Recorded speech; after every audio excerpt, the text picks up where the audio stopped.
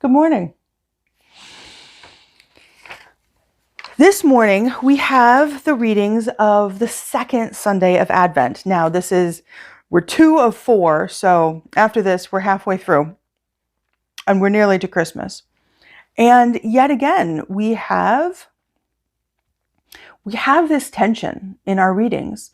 We are both preparing for the memory of the first coming of Jesus, and we are preparing with hope for the second coming of Jesus. Except, let's be honest, it's a lot easier to deck the halls with boughs of holly and fa la la la la, all the rest of it. And that's okay. It's okay to just get wrapped up in the falderall of the Christmas season and wrapped up in the falderall of the Christmas preparations. It's okay to want to linger over the manger, where there's a beautiful little baby, like all beautiful little babies, so filled with promise and expectation. Just like the little babies you may have carried in your arms, this one, who will this one be? Yes, you've named the child, but that doesn't really tell you much. Will this one grow up to be happy? Will this one grow up to be well-adjusted, or will the way you have raised this child require many years of therapy?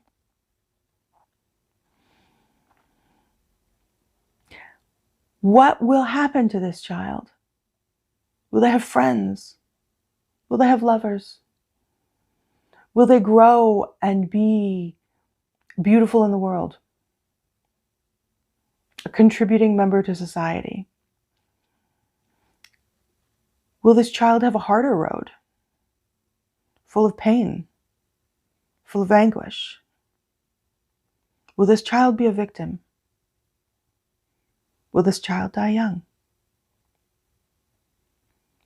And maybe you don't think those things when you hold your child in your arms, but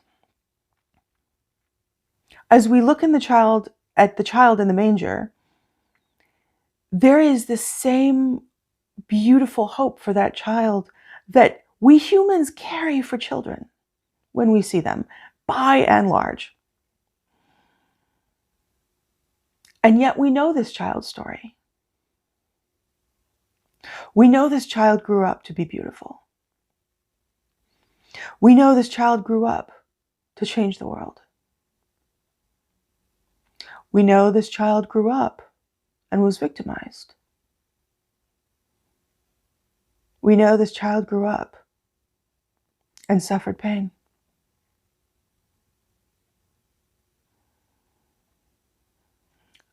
But it's easy to forget that sometimes when decking the halls and pulling out the manger scene and maybe the Advent wreath, if you're that kind of person.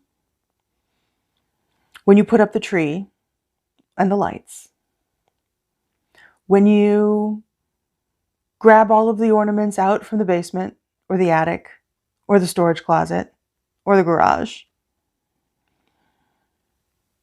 when you pull them all out, when you try to untangle ropes of lights and put them on your tree or your mantle or the eaves of your home.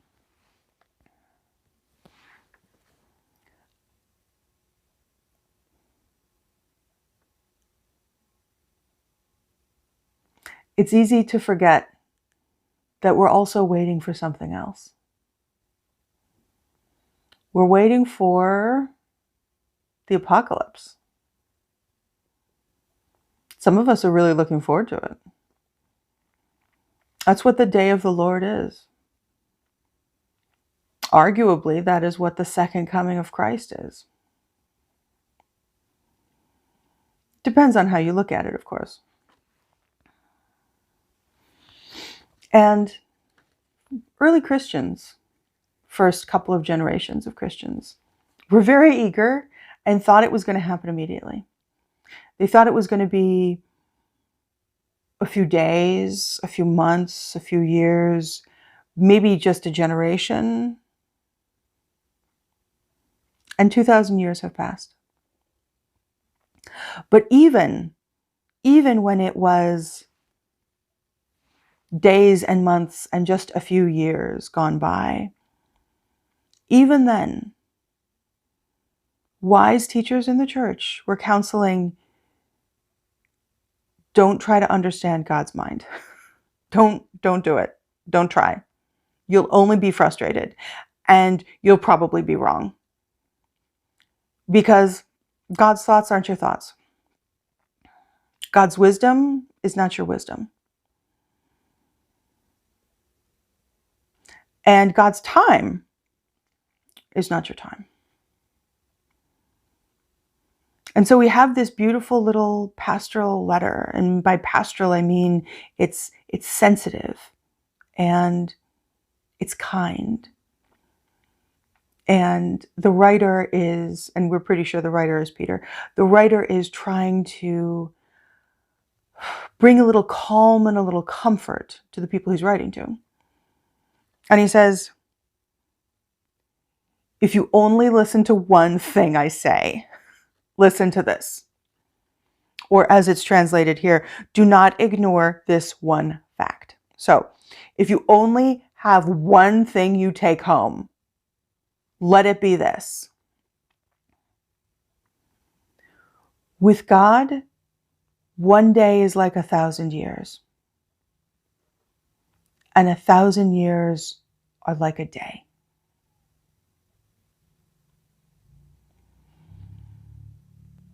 And what he's saying here is God is the master of time as well. And this, he was saying 2,000 years ago, before we as humans even discovered the concept that time is not as static and permanent and equal as we always thought it was. But he's saying, don't get hung up on how long it's been. We always knew that we'd never know. It's not for us to know. And so you can think and you can plan and you can try to understand, but you're not going to understand. It's a mystery, he's saying, though that's language that will come along later. You don't get to know. What you get to do is live your lives. And then in the rest of the letter, he goes on and talks about that. So how should we live not knowing when this will happen, not knowing when Jesus will return? Well, maybe we should do what he told us to do. And then we circle back around to figuring out how to love your neighbor as yourself. And if trying to love your neighbor as yourself right now, this morning, this afternoon, this evening, is just not where you are. It's just not what you can manage right now because perhaps the world is annoying you. Then deck the halls.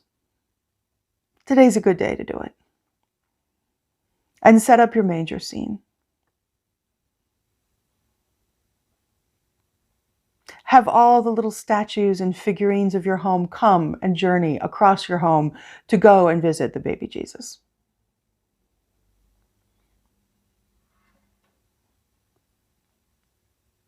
And if you can't love your neighbor as yourself today,